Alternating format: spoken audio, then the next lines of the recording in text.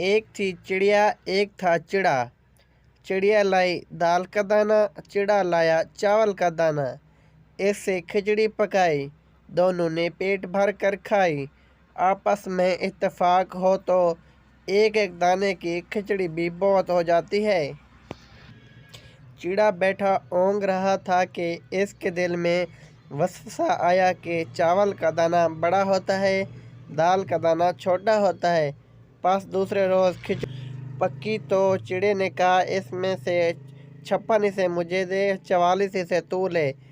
ए भगवान, पसंद कर या न पसंद कर, हक़ाइक़ से आंखें मत बंद कर। चिड़े ने अपनी चोंच में से चंद नुकात भी निवाले और इस बीबी के आगे डाले। बीबी हजरात बोली, बल्कि रो रो कर हलकान हुई कि इसके साथ तो मेरा जिस्म के साथ था, लेकिन क्या कर सकती थी।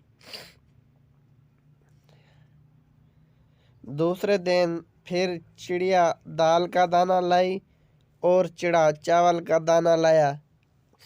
दूसरे दिन अलग अलग हंडिया चढ़ाई, खिचड़ी पकाई। क्या देखते हैं कि 2 ही दाने हैं।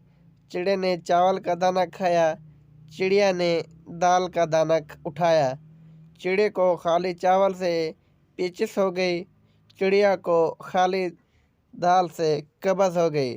दोनों एक हकीम के पास गए। एक जो बिला था, इसने दूसरे के सिरों पर शफकत का हाथ फेरा और फेरता ही चला गया। देखा तो थे 2 मुश्त पर। ये कहानी बहुत पुराने ज़माने की है।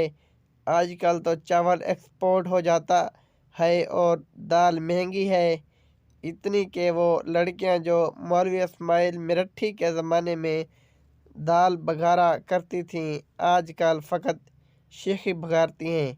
अगर स्टोरी अच्छी लगी है तो चैनल को सब्सक्राइब करके बेल आइकन को प्रेस कर लें, ताकि हर नई आने वाली वीडियो का नोटिफिकेशन बआसानी आप तक पहुंच सके। शुक्रिया। अल्लाह हाफ़िज़।